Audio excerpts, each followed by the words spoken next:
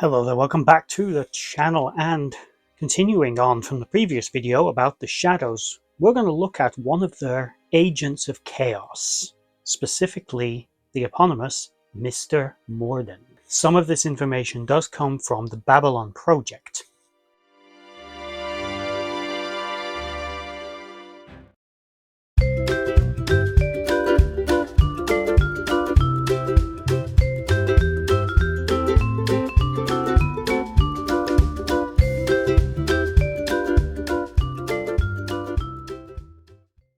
Morden was a human born on Earth. He was a archaeolinguist. He was an archaeolinguist, basically a very fancy archaeologist that looks into languages. Amongst other things, he was a very skilled and intelligent individual with many qualifications. He worked for EarthGov for a long time and generally was considered top in his field.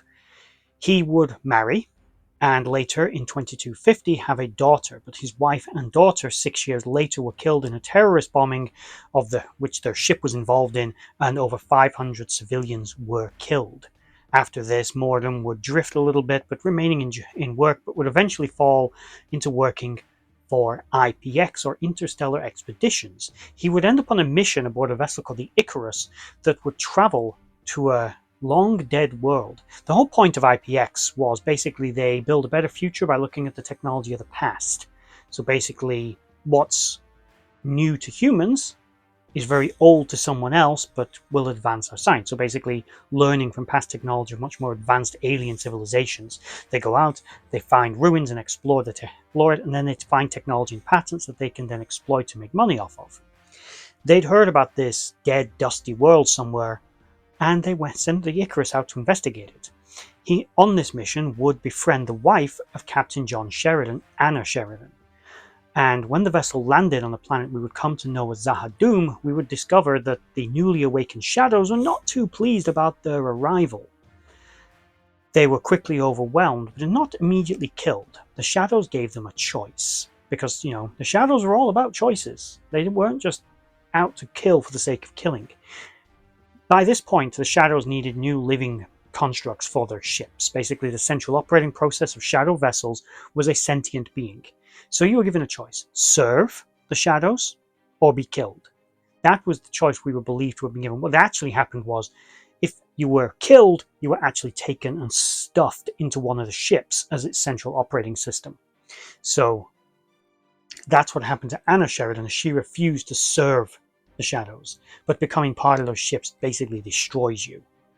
Morden, as far as we know, was the only member of the crew who agreed to actually serve them and became a powerful manipulator and weapon that they used. Remember, the shadows were interested not in conquest but in evolution. They were interested in winning their ancient chess game with the Vorlons to prove that their way was the right way. Morden was sent out to develop connections. When we first encounter him, he arrives at B5, although presumably he'd already been traveling around a little bit, making a few connections. He had managed to get audiences with all the major ambassadors on the station. Delenn immediately threw him out, realizing what he was. Jakar was certainly a person of interest to him, but Malari was the one that he settled on. Malari gave him the right answer. From then on, he then became an attaché, in a way, a contact of Malari. Whenever Malari needed something doing, he would arrange it. He basically wanted a planet destroyed, or an outpost destroyed, or something knocked out of the way, or something done. Morden would fix it. If he couldn't fix it himself, he would basically get the shadows to go in. That was the whole goal. The shadows wanted the Centauri to be the boogeyman, to force races to start fighting each other, something for them to be afraid of, something to come to their banner, and away from the Vorlons. Morden was the key to unlock that plan. He managed to get Malari to get his people fighting the Narns, although Malari was not easily manipulated. Once he realized exactly who and what he was dealing with, he did try to distance himself, but Morden compensated for this by severing their relationship amicably, but then developing a new relationship with Lord Rifa. Through Rifa, he would still have eyes and ears in the royal court, but Rifa was much more amicable to the Shadow's goals and Mr. Morden's plans. But eventually Malari, sensing what had happened, and realizing that all the trivial wars that the Centauri were embarking upon was actually doing more harm to the Centauri than it was benefiting them, he would poison Lord Rifa and from then on encourage him, holding the sword over him, to not work with Morden anymore. Morden, less than pleased about this, decided not to just kill Malari, as was an option the Shadows initially simply considered, but instead he would find some way to make Malari angry enough to come back to him. From that, he hired an assassin and killed a woman named Adira Tari, a Centauri woman who Malari was involved with and was deeply in love with and had not seen for some time. On her way to Babylon 5, she was poisoned. This method of murder was deliberate so that the Shadows would be hands off, but it would implicate his rival in the royal court, Lord Rifa. It would look like revenge. And as a result, it brought Malari back into the fold. In addition to stuff like this, Morden was also smooching up to other races. One of the notable powerful civilization that began working with the Shadows were the humans. In earnest at first, but later, one particular individual who could be manipulated was, soon to be President Clark. Clark wanted power. He was basically Hitler of the future. At least that's how they were trying to portray him. He was actually a bit of a putz, and he was more of a pawn in the game of more intelligent and more powerful power brokers within EarthGov and the Psi Corps, but ultimately he made a deal with Morden.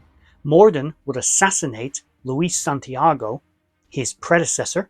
This would result in Clark being sworn in, and from then on, the humans were fully in bed with the Shadows. Unlike the Centauri, the Shadows didn't get humans attacking other cultures, although humans did embark on a few minor skirmishes and wars across on their borders. They actually signed non-aggression pacts with the Centauri and violated their treaties with the other races so they wouldn't come to their aid. The goal here had been clever maneuvering by the Shadows and Morden. The Minbari devolved into unrest and civil war pretty much on their own, and so the warrior caste wouldn't get involved. The Narns were eliminated by the Centauri, and the humans were made to be neutral. These were the four big powers of the galaxy, and through Morden's machinations primarily, these powers, three of them in particular, have been completely neutralized. Two of them have been made allies, and one had been so catastrophically broken it wouldn't be a threat for years. And as I said, the Minbari were busy fighting each other. Morden had little or nothing to do with that, but they kind of did it on their own. But all things considered, he took out three of the Shadows' problems just through scheming and manipulation. Morden was a highly intelligent and extremely skilled individual on this level. Vir Koto saw right through him, as did others when they encountered him, such as Captain Sheridan, who initially would find out that he was aboard the Icarus, that he'd survived, and eventually, through Kosh, through Delenn and other interrogations, he would realize that Morden was an agent of the Shadows, and that killing him like he would like to do as Thormund of an Urlok wasn't really an option. Although ultimately he did think he'd killed him when he attacked Zahadum itself, Morden somehow survived or was brought back by the Shadows, only later to be killed on Centauri Prime by Malari, who basically was sick of Shadow interference. Thanks to Cartagia, who was now also working with Morden and the Shadows, Londo assassinated the Emperor and severed finally the connections to the Shadows, blowing up the Shadow vessels and then killing Morden and having his head cut off and put on a spike for Vir to go out and give a little wave to. Quite frankly, he deserved it. Those are just the highlights of his rather manipulative and savage career working as an agent of chaos for the Shadows. Through him, they managed, as I said, to weaken or destroy or neutralize three of the major powers and simply sow anarchy and chaos across whole quadrants of the galaxy, throwing it into turmoil and making it vulnerable to their grand plan. He was also, I should point out, present for the death of Ambassador Kosh of the Vorlon. He was the one that made sure the Shadows got into the room with him so that they could kill him for basically, from their point of view, maybe betraying them and violating the rules of the game and bringing the Vorlons directly into a hot war with the Shadows rather than a cold war. But that is the life and death of Mr. Morden. Also, just a little bookkeeping, hardly worth mentioning. But Morden does appear after his death in... I don't really know how to describe this. It's not a dream. Basically, an alien race partition off B5, and anyone that's in the cordoned off area has encounters with people from their past, people that have passed away. And Lanier, he gets Morden. Lucky him. And Morden basically turns up and tells Lanier that he's going to betray the Onlashok, that he's going to betray Delenn and Sheridan and everything that he believes. And of course Lanier doesn't believe this, but all the other people's encounters are generally a net positive, and it's like a lot of the things they're told are true and they feel much better about themselves. Lanier doesn't come out of this feeling better, but effectively he's had a warning of whatever this was. Now I don't really know if this was truly Morden, or if this was some kind of metaphysical construct, but whatever it was, Morden does reappear, but because I'm not 100% sure it really was truly Morden, just throwing it in at the end.